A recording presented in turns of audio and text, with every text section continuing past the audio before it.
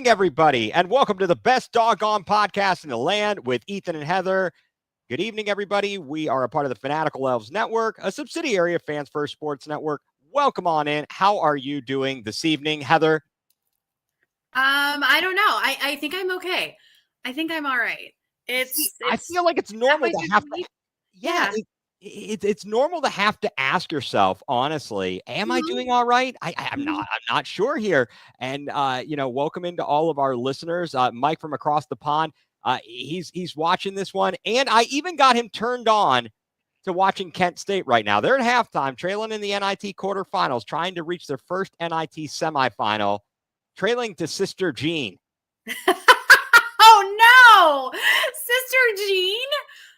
Yeah. I mean, we all remember Sister Jean, so. Yeah, I don't know. I'm not liking it, but they're down by 4, and it is what it is. I actually should turn it on here. I have like 47 TVs, but I know, isn't it the best? It's like we need to have a TV emporium. You could be like the TV wall at the Best Buy. It's better than a bar, I'll tell you that, because the service here stinks. Like my dog judges me, but I can at least wear comfortable clothes and not have to worry about what I look like. So and not have to worry about using the restroom either. Right. It's nice. It's nice. It is definitely a bonus when you can be in the comfort of your own home and view your sports. There's something about being there, but at the same time, if I'm going to watch it, might as well watch it at home, right? Yeah, I have 4. At any given moment, I have 4 going. I have 3 mounted on the wall, and then I have 1 that I can bring on the floor. So it's kind of nice. That is a fantastic setup. Oh, my gosh. Well, you know what, Heather? As you said it best to me, there's never a dull moment. Today was wild, right? It was.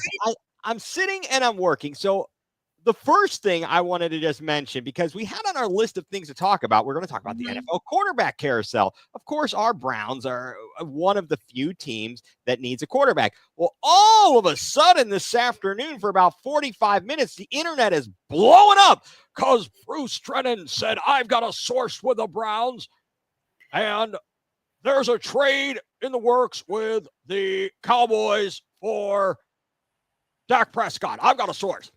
No, you don't. You have 0 sources. You have exactly 0 sources. And he has as many sources as the amount of time Johnny Manziel watched video. Game film. Yeah. 0. Right.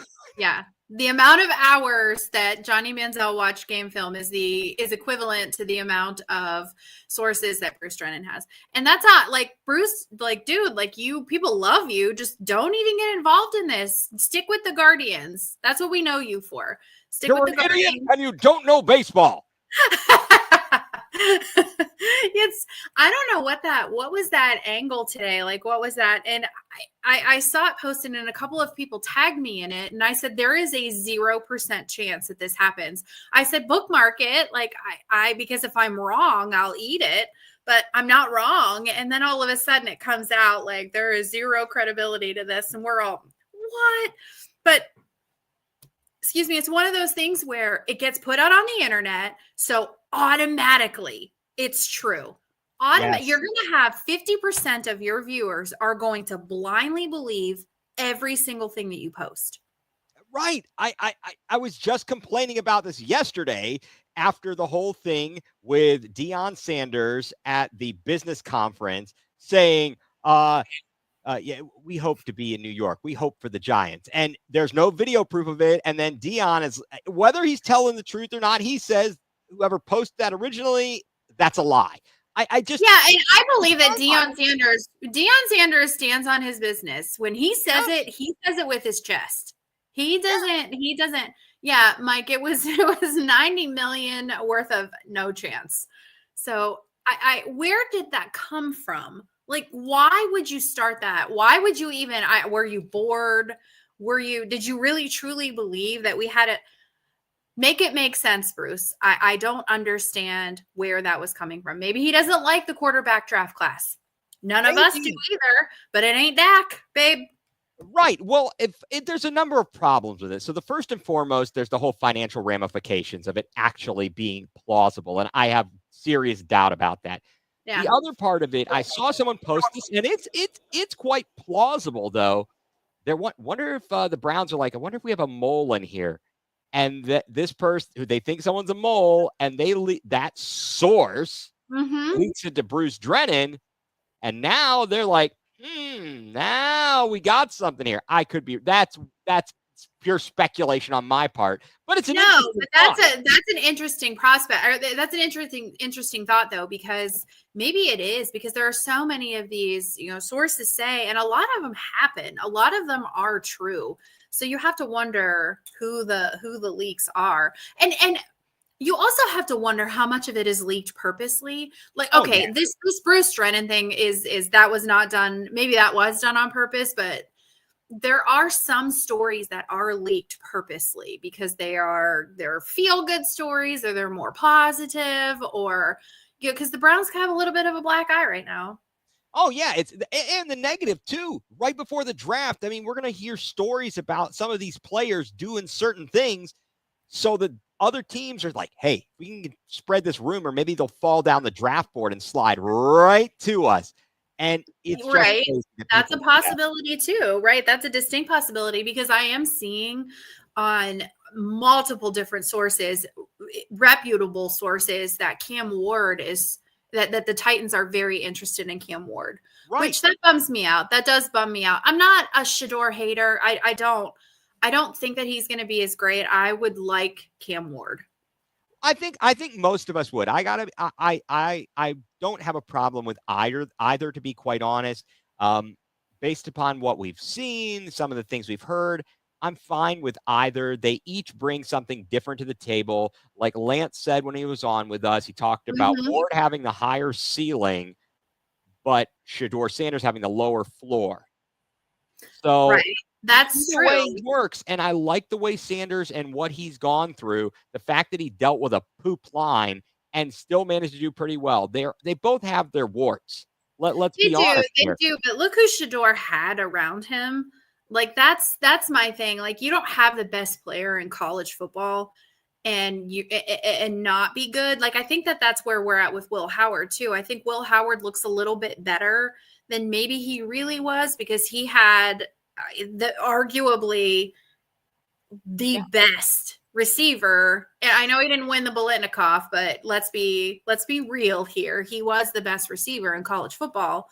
And I just think that Will Howard had better talent around him. Cam Ward to me did not. Cam Ward made his team better, not the other way around. And I think sometimes that with Sanders that they made him a little bit better. Not that he's not good. I'm not saying that. Right. Yeah, But I hear you. I'd have to look at the stats, but I mean, other than the only player I knew on that team other than Shador Sanders was Travis Hunter. I don't know anybody else, and I know that Shador Sanders was under duress a lot. well, he was under duress a lot. He stood He tall in wasn't the pocket. He stood and tall he in the pocket, made yeah. the throws. That's NFL quarterbacking 101 is to be able to stand in the pocket, make Right. throws, and not be Not afraid panic. of getting knocked on your tail. Yeah, and he will if he goes to the Browns. He will be scrambling. Oh, our offensive line is going to get better, and It can't get worse.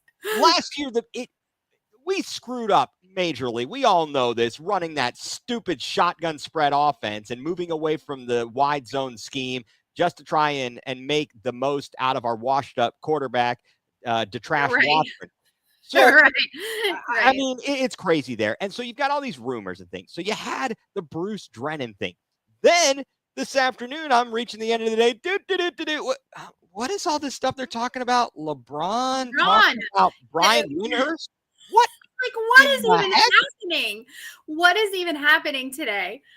Yeah, we're in a bizarro world. Yeah. And I don't know. Did you catch the clip of what was said and what LeBron replied to? Did you have an opportunity to check that out? About which About Stephen A, what? about Well, Windhorst, no, about I'm sorry, about what Brian Windhorst. Yes. Did you catch what it was that he had said? And then the clip of LeBron talking on Pat McAfee, and Yes. which was his reply. You caught that, right? Yes, and we can't repeat it. No, we certainly can't. We're not going to. But what? I did see that. And Right. I'm just curious, like, why now? Like, why are we rehashing a lot of this stuff now? Okay. Let me ask you before I blow my mouth off about my opinion on this whole thing. Let me, because I always go first. Like, let me ask you, what do you think about it? All right. So Oh, first, wait a minute. Mike didn't see this. Mike didn't see this. Okay, so Mike, you need to go on TikTok. You'll get the unedited version. You get the full. If you're not on TikTok, just Google it. Google me, just like Google it. It's on YouTube. You will find the clip. So there's a clip of. All right. So here's where what I understand and what I saw on I guess the NBA show is Stephen A. It was Brian, and I don't know the other two by name. Okay. They're having no, a conversation. We're talking about being the face of the NBA, not being the face of the NBA, and LeBron James. So Brian, as many people know who've been around the Cavs, especially during the LeBron years, Brian Windhorst also went to St. Vincent St. Mary's. They didn't go to school at the same time, but they were there. They may have overlapped a little yeah, bit. Right. Brian but Windhorst covered him. Right. Brian was working at the Akron Beacon Journal even when he was at Kent State. I personally, although we're not like best buddies, I had at least one class with Brian. I know Brian. So because Brian was working and covering LeBron at when he was working at the Akron Beacon Journal and LeBron was at St. Vincent St. Mary's, he had obviously he was very close to the situation. And so when LeBron gets drafted to the Cavs, Brian keeps covering this, and ultimately he gets hired by ESPN. And then when LeBron leaves and goes to Miami, they send Brian to Miami. And Brian has made a name for himself. It's not just covering LeBron. So I wanted to kind of give the first and foremost that I have a lot of respect for what Brian does because it's not all about LeBron. I think he was in the right place at the right time, but he worked hard. He did work hard. He wasn't handed this opportunity. Right. Exactly. Just like everything in life, something has to work out the right way. We have to get a break, and Brian got a break, but he worked to keep that break, if that makes any sense. He absolutely did. He did everything he was supposed to do because you can be a crappy journalist. You could be a crappy journalist and not be able to get jobs. And Brian did a fantastic job. Now, Mike, I know you're asking about this, and I'm hoping I can maybe find the clip of Brian on on whichever ESPN program he was on. But my opinion of it is that I don't think that what Brian said was so harsh. The one comment he made, which apparently drew the ire of LeBron, was talking about him being the face of basketball. And he said, why did he choose jersey 23, Michael Jordan? Which LeBron says yes. He said, why did he choose Nike, Michael Jordan? And that one LeBron took offense to because as the story goes, originally I think Reebok wanted to sign him. There was a whole deal, and ultimately he ended up going with Nike. He got a better deal. And LeBron explains that, hey, look, they gave me he got whatever 7-year, $90 million contract. He's like, I want to be able to wear the Nike apparel and everything when I go out. I would too. Reebok sucks. I would too. I wouldn't want Reebok. Well, right, exactly. So he took offense to that, but I didn't think he act like he's my best friend or something. It's like, well, and then he dropped a couple of expletives in there because Windhorst said, like, we used to be really close. We used to text, but we just fell off. And that was all he said. He didn't say LeBron's a jerk. He didn't say anything like blah, blah, blah. Oh, okay. This is stalking me. Yeah, it's he's been stalking me. Like, sir, it is his job to cover. He was the biggest. He was bigger than players in the NBA when he was in high school. Yes, absolutely. And LeBron knows that. Don't think for a second that LeBron doesn't know that. Right. So it was Brian Windhorst's job. Do I like Brian Windhorst? I don't know. I don't know the guy. Do I think he's a little bit pompous? Yeah. Do you have to be in that line of business? A little bit. Yeah. Because you're dealing with the biggest egos on planet Earth, a la LeBron James, who dubbed himself the king. The guy dubbed himself the king. So of course, Windhorse had to have like a certain level of, chest puffery. You have to. I think that was a little bit out of pocket. I think it was a lot out of pocket. LeBron was on the Pat McAfee show, and if anybody has watched that show, you know how it is. So I think he was just puffing his own chest up, trying to act like Mr. Cool. Yeah, and they're like, hey, wasn't he on your team? And they show this picture up on the wall, and they had like photoshopped Brian's head onto one of the players. Yeah, they did. I mean, wait a second. Yeah.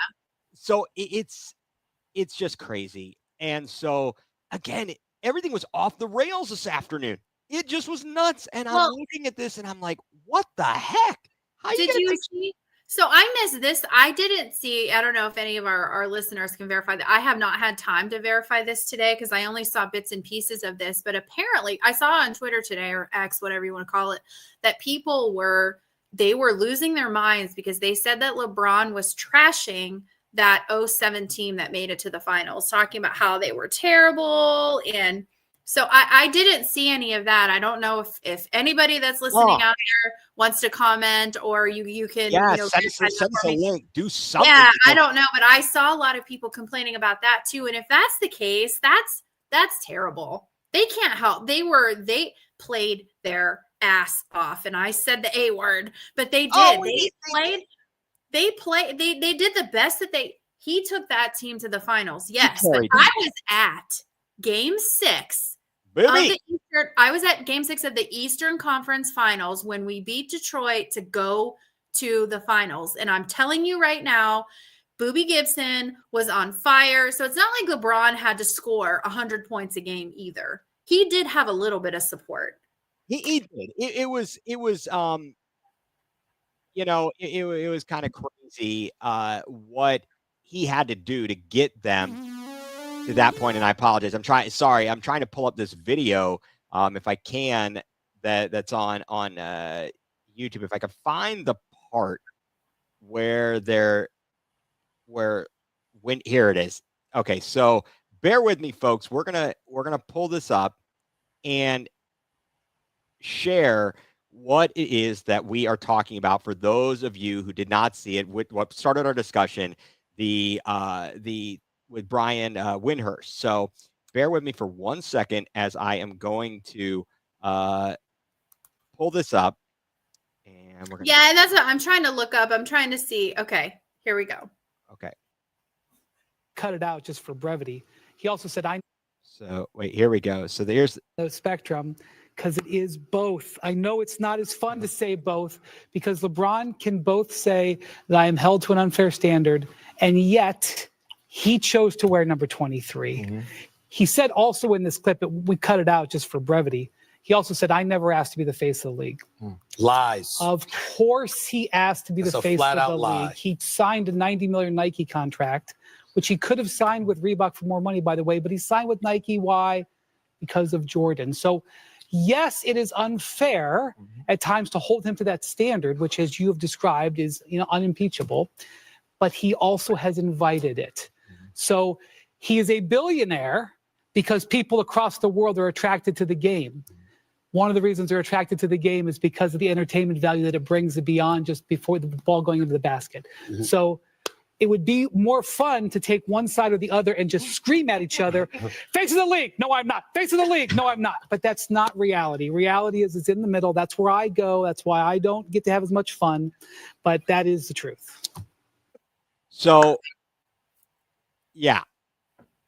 Okay, so what is wrong with what he said? He literally was playing right down the middle, Peacekeeper. Yeah.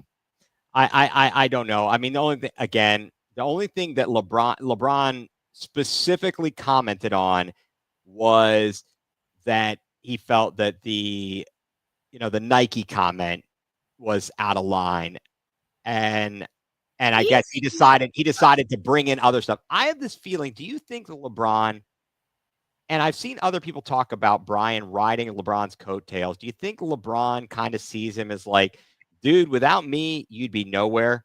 Oh, absolutely. Absolutely. I think that LeBron feels like that about everybody except his son, which is why he hates Stephen A. Smith, because Stephen A. Smith spoke the truth and he said, you're coming to me as a dad. I'm saying that Bronny, the only reason he is in the league is because of you, and he is not wrong. No, there were way better players. And how ironic was it that the Lakers drafted Bronny? Like, come on, give me a break. And that was a contract year for LeBron. So come on, give me a break. Yeah, he obviously, he got the opportunity because of his name, because of the relationship. If it was anybody else, that would not have happened. Now, I will say, I've actually kind of been watching, and it seems like Bronny is doing pretty well this season. He's doing okay in the G League. He's getting some experience. I don't think he's going to be LeBron. Okay, he's never going, and I don't even think he's going to be an NBA player. He may make it as a rotational piece. We've seen some pretty terrible players. Well, we have seen some pretty terrible players. So if they can make it in the league for half a dozen years as a role player, he probably can make it half a dozen years in the league as a role player. It's pretty impressive. Look at Michael Jordan's kids. Wow, they sucked. I know. I know. They are. Yeah, there are. Yes, they do. Mm-hmm. They do. So, I mean, does this go back to, remember when Charles Barkley said, we are not role models. I don't want to be a role model. Do you remember that whole controversies? Yes, I do remember that. And at that time, in that time frame, like you could almost see like Charles Barkley meant it. He didn't play that role like LeBron played. LeBron had that. There's just something about him. He's what I like to call a suffering martyr. So he is the one that puts himself out there that he is going to be the one that saves everybody. And I'm going to do all of the work, and I'm going to be the face of the league, and I'm going to change everything. And then when he does, woe is me, I'm doing all of this work and no one appreciates me. So he martyrs himself, and then he suffers for it. So yeah, no, I get it. I can't say that I disagree with that at all. Have you seen, though, there is a lot of hate for LeBron amongst people. Just they think he's a terrible person. I've heard that, and then I've heard the opposite. I've heard that he's not. I found the quote that he said. So he said, he did trash them, but he said, you look back at our roster and you're like, what the hell? How is that possible? He said that he couldn't believe that he dragged that team into the finals. I mean, he's not wrong. He's not. I don't. Shush. Yeah, but I don't think that means he has any disrespect, doesn't love the teammates and didn't love the players, but because he did that game in Detroit in Game 5. He had 49 or 48 points, 29 of their final 30 points that he had. Yeah. It was crazy. He was he looked like Michael Jordan in the flu game. Like he didn't have any color to his skin. He needed IVs. Like he was dying. But how were you supposed to beat the Spurs in the final? There was no way that Jesus himself could have descended down and played for the Cavs, and they still would have lost to the Spurs in 4. Come on, man, we had Sasha Pavlovich. What are you talking about? We had Daniel Gooby Gibson, okay? We had Zydrunas Ilgauskas. I love Z and Drew Gooden. I did. We did have Drew Gooden. We did. And they did their best, but they had Tim Duncan, Tony Parker, and Manu Ginobili. Like, come on. we were in a little bit of trouble. We were a bit outmatched. We were a bit outmatched. But yeah, I saw that all today, and I feel like LeBron is just still trying to stay relevant. Not that he's not relevant anymore, but you have these up and comers, like you have these younger players, and you have different teams. The Lakers are still a really big market, but I mean, just to use the Cavs as an example, like the Cavs are on the national stage. Oklahoma City is on the national stage now. And I know the NBA probably hates it, but yeah. Mike said if you add a prime Kyrie to that team, we might have stolen one game. Yeah. I think that you guys got to give me a second. My dog is stuck. Okay. Well, while they're stuck, we're going to talk about, what's going on here, folks. Thank you, everybody. Mike, thank you for tuning in. Thank you for commenting. It looks like my Kent State Golden Flashes are going to fall again here. I know it's early in the second half, but I'm not happy with what's happening right now. They're going to have to mount a heck of a comeback. Sister Jean has cursed us. Okay? You can't win against Sister Jean, okay? You can't. And I'm going to call my cousin who graduated from Loyola of Chicago, and we're going to have words because you know what? This is 2 times, Heather. This is 2 times because my other cousin, her sister, she went to Gettysburg College, and Gettysburg knocked out Randolph-Macon in the NCAA tournament, and I'm calling the game, and I had to go up there and deal with that. So I'm not happy with this. They're screwing me. This is madness. It is madness. Oh my goodness. Well, oh boy. So I think end of the day, I'm not sure what the deal is with LeBron. I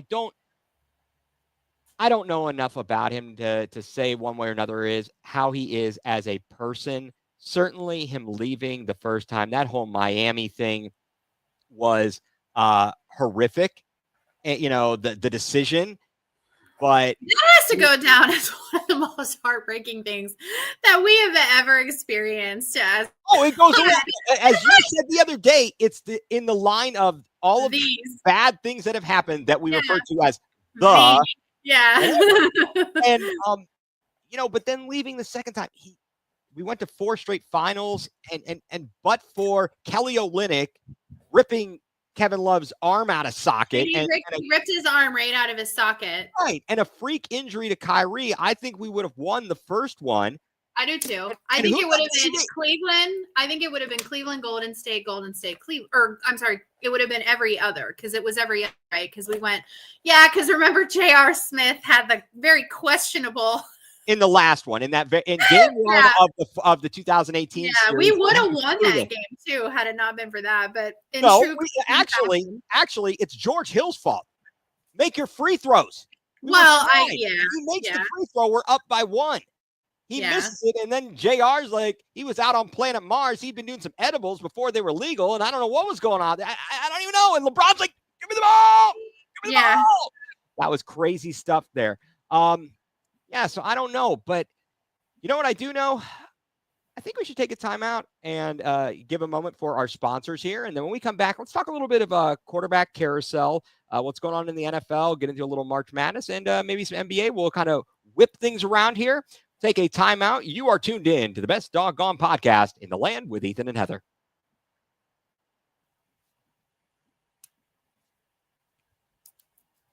And welcome back, everybody, to the best doggone podcast in the land with Ethan and Heather. Thank you all for joining us. We are part of the Fanatical Elves Network, a subsidiary of the Fans First Sports Network. And folks, remember, please like and subscribe.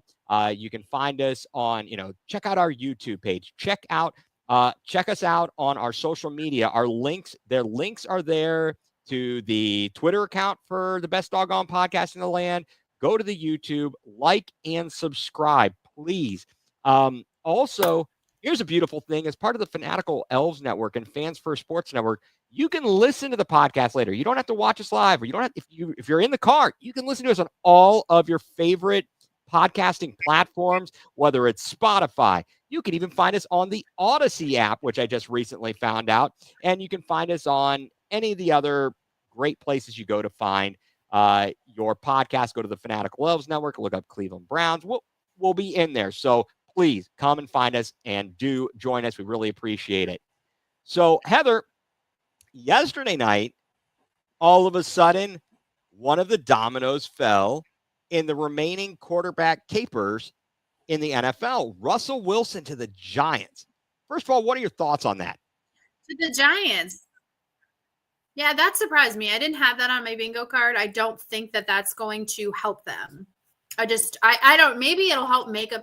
Okay, no, I shouldn't say that. It's definitely going to help because it can't get much worse. Right. But I'm not sure that was the answer.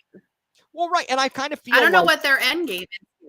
No, I'm really not sure. And then you start to wonder, you're like, okay, what is that going to do for the draft? That's really the next question. So I guess it's a 2-part question. So by Russell Wilson going to the Giants, what does that do to their draft outlook? They're sitting at 3. What else is still out there that hasn't been solved? So I went through the list of the first round draft, and that's every team. Every team owns their own pick right now, which is kind of crazy. They were saying this is one of the first time in however long that all the teams at this juncture are still set to pick. They got it by being bad. They earned it by being bad. They did. No, they absolutely did. So I went through the list of all 32 teams in the NFL. So by my count, I came up with 3 teams that absolutely need to draft a quarterback. Titans, Browns, Steelers. Yeah, the Steelers. Who do they have? Mason Rudolph. I mean, Justin Fields went to the Jets, and Russ Wilson is to the Giants. And Mason Rudolph came out. Right. And we've got, well, that was 2 years ago. We've got small hands. Okay. What about Aaron the Steelers? See, so that's one of the wild cards. That's one of the things that's still out there. There's the question about Aaron Rodgers and where he might end up. Mm-hmm. There's still some questions about what's going to happen with Kirk Cousins in Atlanta because they've got Michael Penix. He got benched, toward the end of the season last year. He went on a real he just fell apart. I don't even know how else to say it. And Michael Penix takes over. He doesn't want to go somewhere to sit behind a rookie to get benched. He doesn't want to come in and have the same thing happen again. He's got a lot of money coming to him, and that's part of the deal. Are the Falcons willing to just cut him, or do they want a trade partner? Because right now it seems like they've got enough cap space that they're happy to hold on to him. I think they're going to hold on to him. Yeah, they're going to wait until a team is desperate. They're going to wait until a team is desperate. They kind of have the upper hand here right now. They do right now. They're fine. They're like, whatever. We got enough cap space. It's not a big deal. So there's very few people that are even left. If you're completely looking for a quarterback, you're either drafting one or you're kind of hosed. So as I look through the draft, Heather, at 1, the incumbent in Tennessee is Will Levis. Yeah. Yeah, they're drafting a quarterback, and I'm pretty certain it's going to be Cam Ward. Yeah, which breaks my heart. It doesn't break my heart. Maybe I'm being a little dramatic. Not that I would ever be dramatic. No, never. You? No, but no, I wanted Cam Ward, and I whatever. Sanders is going to be fine. Like, I think, tomato, whose career are we going to ruin? That breaks my heart right there, Heather. The lack of optimism. You're like the people, the Factory of Sadness who listens to the podcast. Yeah, but we keep coming back. There's only L's in Cleveland. We keep coming back though. So there's always that hope. There's always next year. Yes, that is the true motto that we live by as Cleveland sports fans. The Browns are sitting there at 2. We've got right now the only healthy quarterback on the roster is Kenny Tiny Hands Pickett. Yeah, John Watson is technically still on the roster, but he's not playing. He's done. rehabbing. He's rehabbing. Can you see he's posting all over? He's posting all over Instagram and rehabbing. Please take that off. Please take the Cleveland gear off. And exactly. Mike has a good bring in Wentz if it's a vet. Yeah, I don't hate that. He's a good bridge He'd be a good bridge quarterback. But whoever we draft, they have to play a solid 7-8 games, I think. I more than that, look, you bring the quarterback in and you say we are going with you. Forget why did Hugh Jackson have to start Tyrod Taylor? They didn't need to start him. Just bring Baker in. This is stupid. Look at what Jaden Daniels and what CJ Stroud did. Don't fart around. Just put the guy in. Get him ready to play. But Washington is the prime example of what can happen when you have a functional locker room, when you have a functional ownership, when you have functional coaches. And I'm not saying that Stefanski, I am not, and I have not been on the fire Stefanski bandwagon. Lana would beat me. But I'm not on that bandwagon. But the coaching staff around all of those, all of our players hasn't been the best. It doesn't seem so. No. I mean, Ken Dorsey.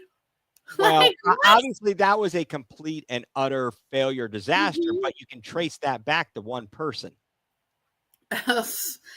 Well, you can trace a lot of stuff back to one person. Right. So I think that this is not just lather, rinse, repeat. I don't think we're quite at lather, rinse, repeat. At this juncture, again, if you bring the quarterback in, we've seen Stefanski actually work with pretty much every quarterback he has coached. He's a very good coach. He's a very good coach at catering to their talent. He can get the most out of a quarterback that can play within the system and doesn't turn the ball over. I feel like whoever you get, put them in. I don't want Carson Stinky Wentz. No, but as a bridge quarterback, it might not be a bad idea. Why? Why not? I mean, but okay. Let me ask you this: if we go 1-7 with a bridge quarterback, is that better than going 1-7 with Sanders or with a rookie? No. But what if the rookie gets hurt? You want someone in there that can play. Like, that's where I'm at. No, you're worried about the games. You're worried about like the game speed from college to the pros and getting used to it. That's the thing that they have to rely. They've got to do better coaching. I put it on the coach. I put it on the coaching to get them ready. I'm of the ilk that whoever we draft, better be game one. They're ready. They're starting. You're throwing them into the fire. But I think you need a solid bridge backup is what I'm saying. Okay. Yeah, a backup. For me, though, the backup is the backup. I don't want to see their butts. Well, I don't either, but it's the NFL and the crazy things happen. It's wild. Well, especially in Cleveland, we have a history of starting 4 or 5 a year. No matter what we do, we've very rarely been able to go without having to start some other people due to injury. No, I just think that they have to maximize the talent. They've got to get whoever it is that they draft, they've got to get ready. So you look around and you look at the teams that need a quarterback, 1 and 2. After that, what are the Giants going to do? Did they end up going with Wilson because maybe they saw the price was going to be too steep to get up to 2 or 1? And I think that yes, I do. But yes, the price is going to be way too steep because the 2 top teams need quarterbacks. Exactly. Yeah. So they were going to have to, you're going to have to pay me to drop down and take a risk on a Jackson Dart or a Will Howard that's going to be available in later rounds. I think that it was going to cost them way too much. Right. Exactly. And I think Dart is probably going to be the next one to go. I think it's going to be Ward, Sanders, and then Dart somewhere in the first round. Then it's after that. I don't think Dart goes in the first round. I think there's a drop off. Every mock draft that I've been involved in. Yeah, maybe if somebody is reaching. The Steelers need a quarterback. The Saints need a quarterback. The thing with the class this year is that there's such a massive drop off between 2 and everybody else that I think you can wait a little bit later. You can wait, and it's like the running backs. I know we're not talking about that right now, but running backs, it's such a rich class that you can wait a lot later this year because you're going to get talent. You're going to pick up a starter in that 4th round. Yeah, I mean, in theory, as what you're saying, I could see a team. Let's say the Giants need a quarterback, but they're like, look, we're not going to get the quarterback we want in the first round. So we're going to take the best player available. Mm-hmm. We're going to take either, as everybody talks about, if they feel Abdul Carter or Hunter are the best players available, and then wait until they're going to be, I believe they have a top of the 2nd round draft pick. Do they have their 2nd round pick, Heather? Do you know by any chance? Trying to look and see if the Giants have their pick in the 2nd round. They do. They've got the Browns have the first pick in the 2nd round. The Giants have so in theory, yes, they could wait until the top of the 2nd round to get their guy. If the guys that they really wanted were at the top of their board are out, they're like, okay, we'll go best player available. Our next pick, assuming no one jumps back into the first round. That's where you have it. Well, that's always there's a few exceptions. This trend has held true for the majority of successful teams. Yeah.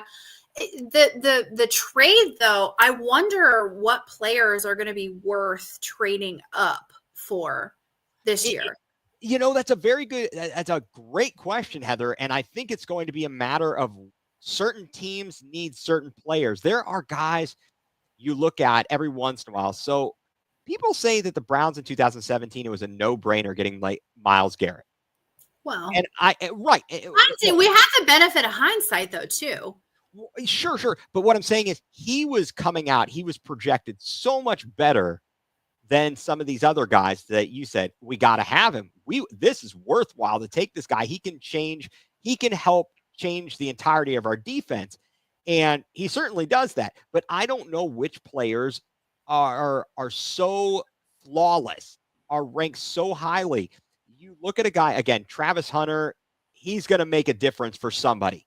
He definitely will. I don't know whether it's going to be on offense, if it's going to be on defense, but he's going to be a game changer for somebody.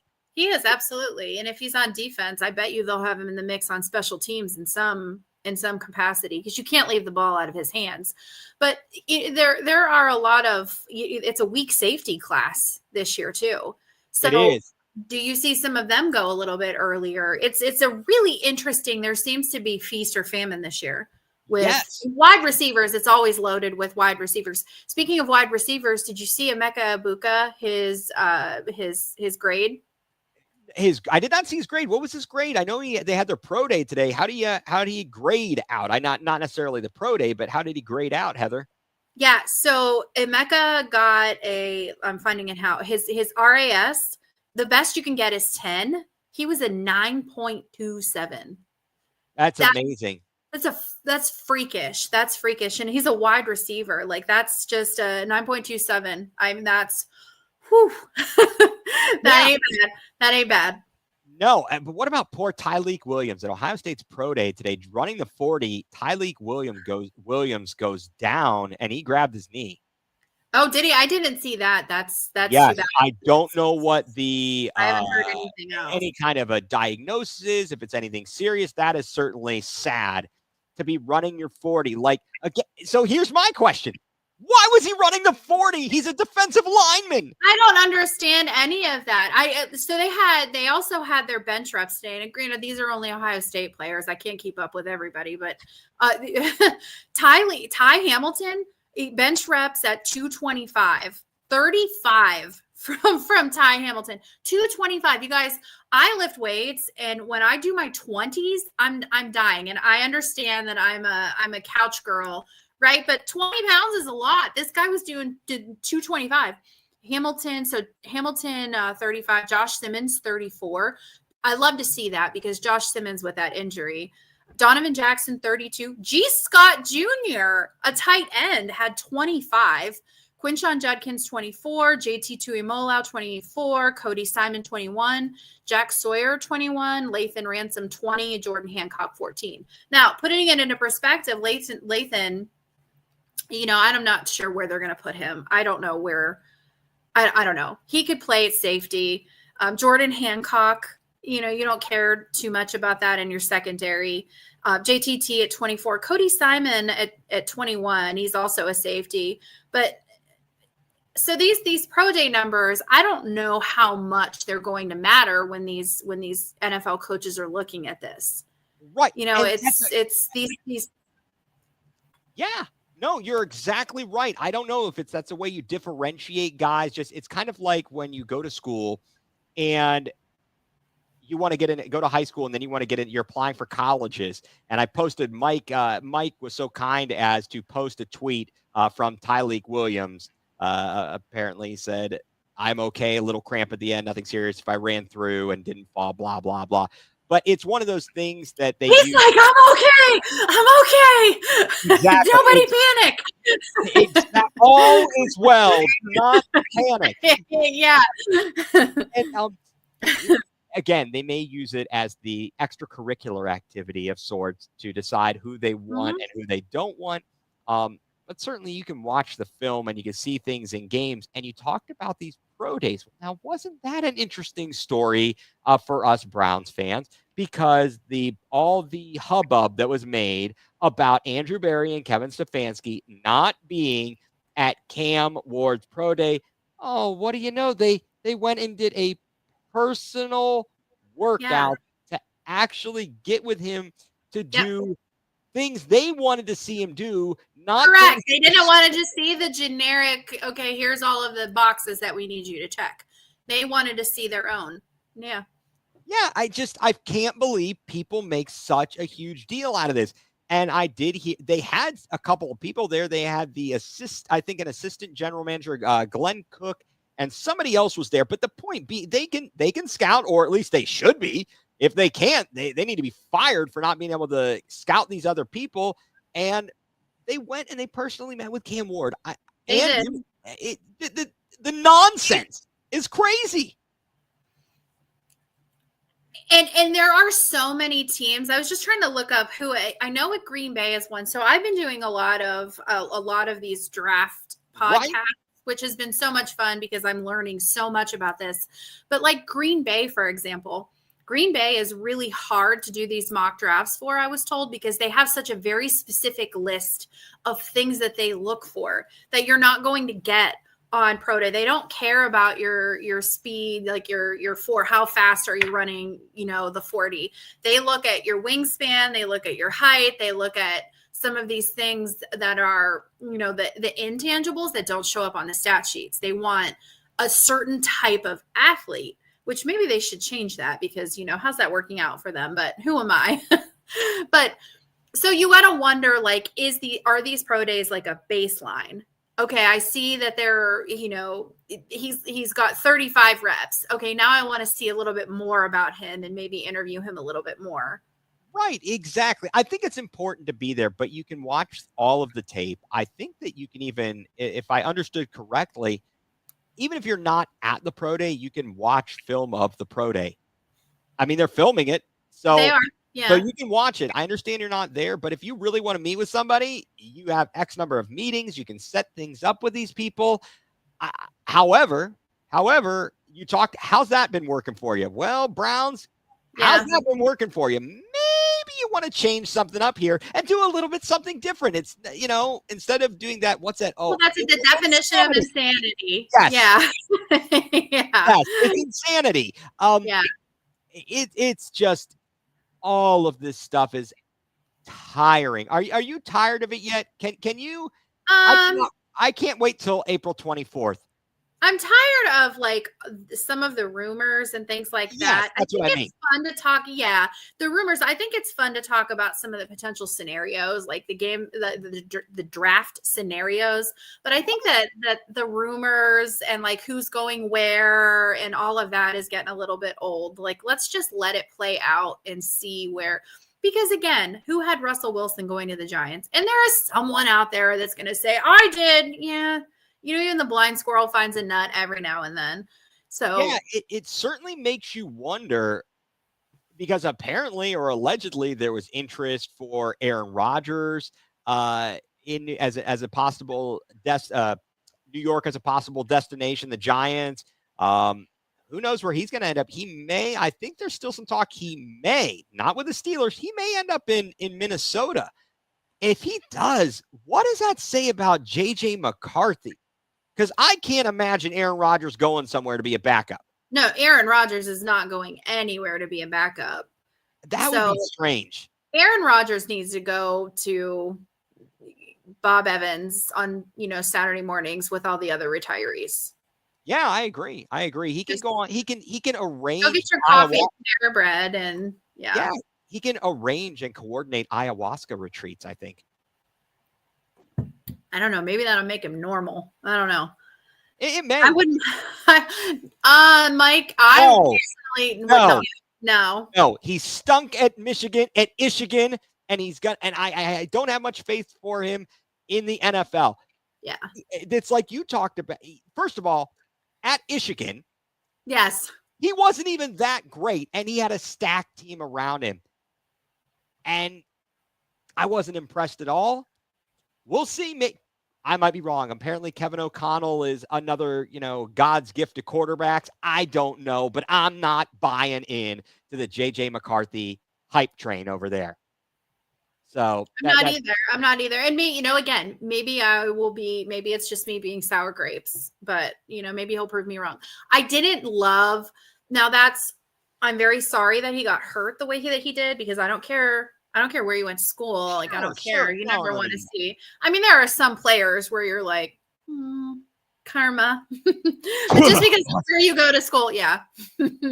We know that. We know that. But just because of where you go to school, like, I don't want to see you get hurt. But do I wish him success? Unless he's playing in brown and orange. Nope. Correct. That's just not gonna. Although I still didn't root for success for Braylon Edwards. There was something about him that was just intrinsically punchable. Like, I just didn't like him. Well, he had a showdown with LeBron. Like, there was a big thing. He was like the big kahuna in Cleveland, and LeBron like, what? He's like, no, get your bag, your end of the line. Like, no, it's me, babe. Yeah, I mean, we've had, I will have to say, certainly some good Michiganders. Steve Hyden, was it Steve Everett from Michigan that was from the Browns player? I think it was Steve Everett. He was an offensive lineman who was pretty solid. Nobody cares about the offensive lineman until your quarterback's on his back the whole game. Then people don't care. We got Devin Bush. You know. Yeah. I got nothing else on these guys. All right. I give up. I give up on that. Yeah, you know so the draft is going to be, and you know what? I know that we're tired of hearing about it, but I promise you guys, we're going to keep talking about it for the next month. Yeah, we are. There's just so much to go over and cover. And Ethan and I are going to work on getting one of my, one of those my draft buddies on our show. And we're going to have a whole draft. We are.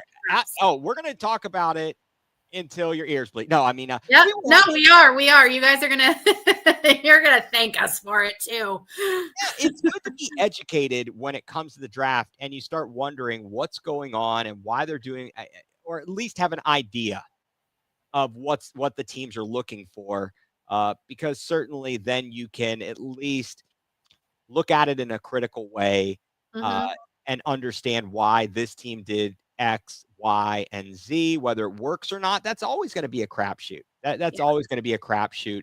I don't know. So I think that we beat this to beat a dead horse here on the draft right now. Yeah. Why don't we switch to a happy topic? The Cavs. The Cavs back on the win. We're back in the win column. We are. They won the last two games. Last night they win in Portland. Pretty convincingly. They did all right. I mean, it was nip and tuck. Yeah. But they held their own, and Darius Garland played. That was a welcome sight. To see him lead the team, 27 points, 11 of 19 shooting. All right, Mike, let's not get into the Nick Chubb thing, okay? For those of you who are watching, I don't want to talk about that right now. Yeah, we ain't got. Look, there'll be a whole other episode. We just talked a whole lot of misery. Let's save that for another show. I think so. I do like that idea. No, I mean, they go 2-3 on the West Coast swing. They lost a season high for them 4 in a row. 4 in a row, yeah. Started with Atlanta. Had it not been for them playing so well leading it all season long, we would have been like, oh crap. But we would have all been panicking. Right. Yeah, definitely. I think, or it may not have been as alarming or frustrating, the losses, if they were kind of up and down during the season. You're like, yeah, they're going to lose these games. They're on the West Coast. Right. They've been so good that it was a shock to everybody's system that they showed signs of being human. Yes, exactly. The other players that chipped in last night, Ty Jerome again off the bench. Did you see what Donovan tweeted? No, what did he tweet? I missed that. He said death, taxes, and Ty Jerome. Yes, I did. Okay, I did catch that. No, that's amazing. And Evan Mobley stepped up defensively. He had 21 points, 12 rebounds, 4 blocked shots. He was very important. All those guys were important. Even Jared Allen, he had a pretty meh first half. Second half was a little bit better. He stepped up, made some plays when necessary. And Sam Merrill was in the starting lineup. He got 14 points he shot 4 of 6 from 3. I mean, I know. What is he doing in the game? Right. I mean, really? Right. Pickings are slim here.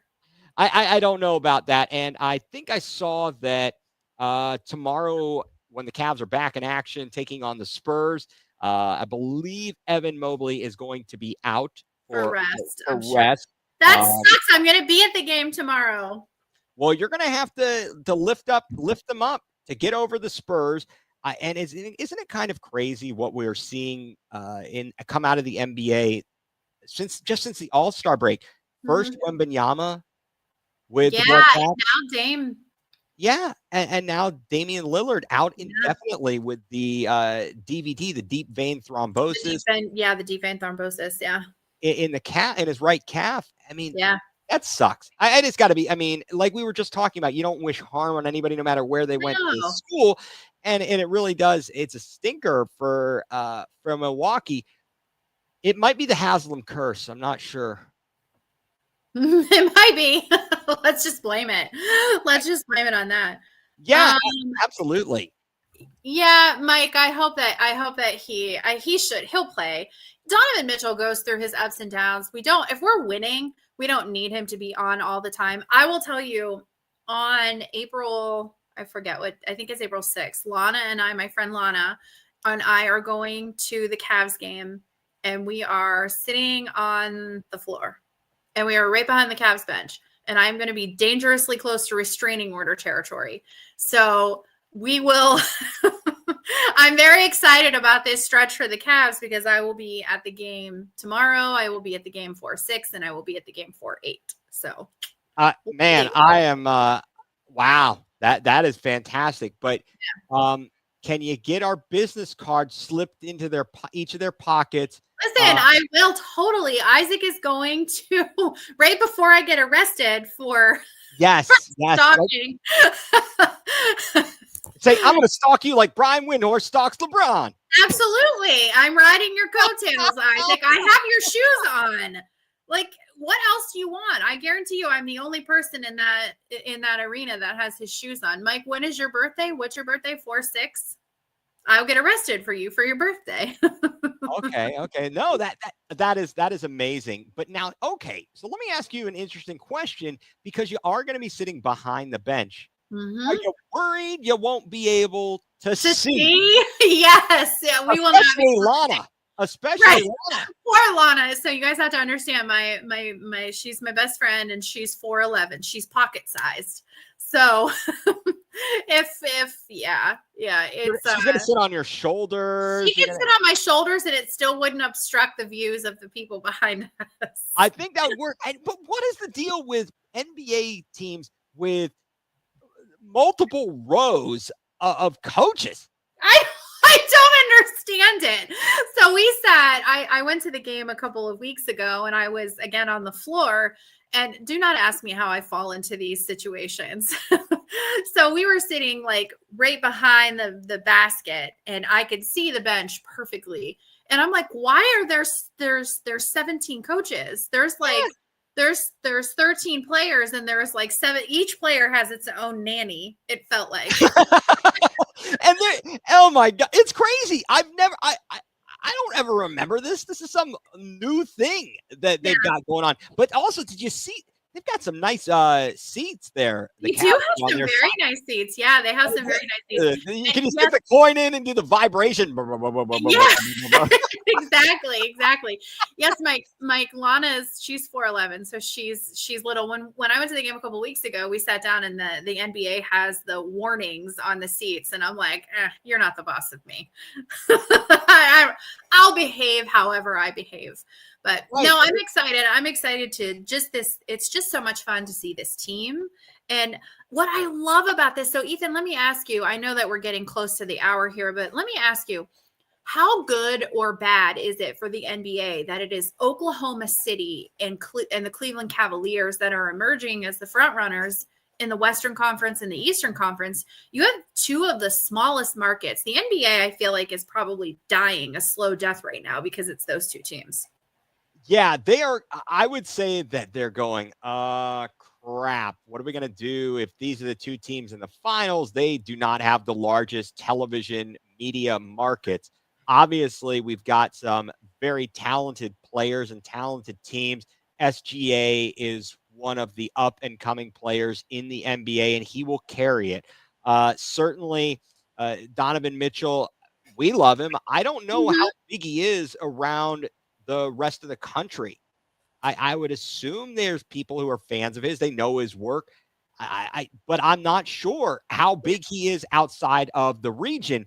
It is difficult, and they're going to hate it. And maybe that's why every day on national media, they trash the Cavs, especially. They don't talk squat about the Thunder, but the Cavs, yeah, they're fast to do it. However, do you recall just a few weeks ago, I could see the Lakers and the Celtics in the NBA Finals.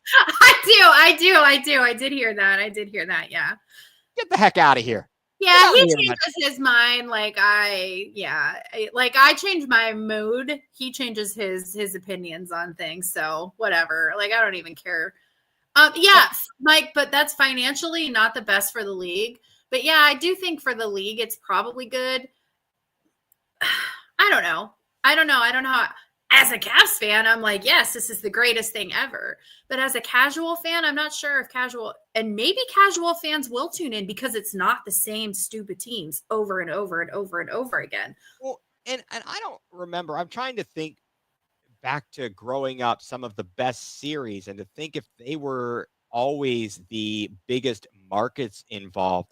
Obviously during the 90s, you had the 6 different years where you were watching the Bulls in the finals. Watch the Bulls, yeah. and it was Michael Jordan, but certainly they're playing Phoenix. They played Seattle one year. They played the Supersonics. Garrett the Glove and Sean Kemp, a heck of a team. Sean Kemp he had lots of kids. And then he played for the Cavs with Thunder Dan. He did. And the Candyman, Terrell Brandon. Or no, was he with Brandon or Andre Miller? I can't remember when that was in the late 90s when he was here. I'm trying to remember who. Wesley Person, I think, was here too. Oh my God. Yeah. That's a name I haven't heard in a while. Wow. Yeah. Those were some teams. They tried hard. They tried their best. Hey, they were carrying the torch there after Doherty had to, step away and Nance had run, and Price was traded. But ultimately, the NBA, they're going to have to market it hard. And fans who love basketball, and that might be a positive thing, though, Heather. Well, yeah, because it's not the same team. The casual fan is like, I personally, if it's LA that's in and I'm not a casual fan, right? I love the NBA. I love basketball. If it's the Lakers, Celtics, count me out. Yeah, I don't know that I watched 1 minute of last year's finals. No, I didn't. I certainly didn't. I didn't care. No, I absolutely didn't care. Yeah. But I think, though, that the way kids have changed as fans, where they root for the player, not the team, well, right. that actually might bode well because they're like, oh, man, we love Donovan Mitchell. We love absolutely. SBA. Yeah. And those types of fans are going to tune in because they love the NBA. They love the players. It's so much fun. And, we're going to have next week, or when we come on next, we're going to have to talk March Madness, talk about what's coming up there. Yeah, we did miss a lot of, there was a lot going on today. It derailed our whole plan because of how much happened today. Yeah, but that's the beautiful thing about sports. Yes. Things don't stop. No. Things just don't stop. And you know what? Tomorrow is opening day. It is. Tomorrow is opening day. I'm super, super, super excited. Baseball was my first love, so I'm all in on the Guardians. I don't think that they're going to be as good as they were last year, but I didn't think they were going to be that great last year either. So, hey, I'm in for the ride. I'm all in. Yeah, definitely. Look, we lost Naylor and Jimenez. We did. Jimenez made me sad. It does make me sad. I understand he was a favorite, but we bring back Carlos Santana. And I think that ultimately the second base position was very crowded. So it's just a matter of time until it's a placeholder for Travis Bazana. And that hopefully will work and hopefully will be very exciting. Let's see if the pitching, the bullpen, and Stephen Vogt can have the same type of fortune overall as they did last year, because he had to pitch with a decimated or play with the decimated pitching rotation. Let's hope it can be for the better this coming season. And with that, folks, I think we've said it all and more.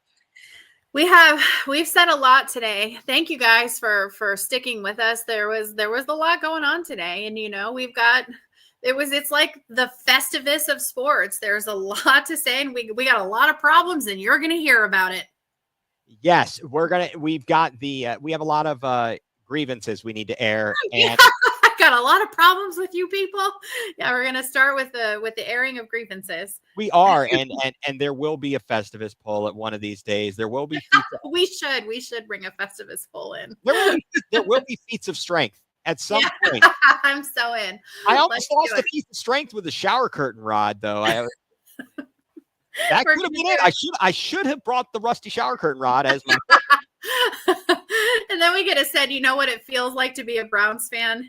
Show the rusty shower curtain. Oh boy!